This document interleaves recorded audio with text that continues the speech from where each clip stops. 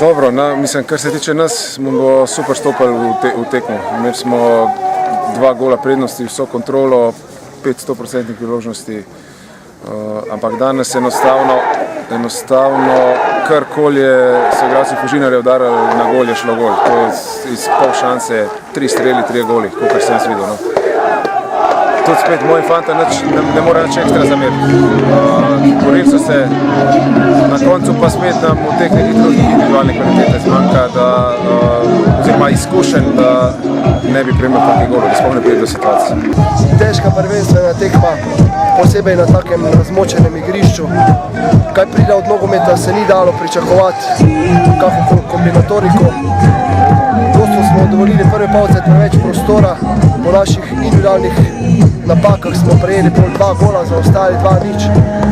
V polovicetu smo se zmenili, da nimamo kaj izgubiti, da lahko samo dosti pridobimo. Smo šli agresivneje, odločneje v igro. Predvsem sem fantom dejal, da moramo igrati preko bokov. To se je tudi izkazalo za ključ do uspeha. Vse čestitke obema ekipama, ker dati 5 golov na tak težkem igrišču in so prikazali obojni ogromno želje po uspehu. Tako da hvala Bogu, da se je izteklo v redu brez kakšnih poškodb in čestitke predvsem mojim fantom, tudi gostom.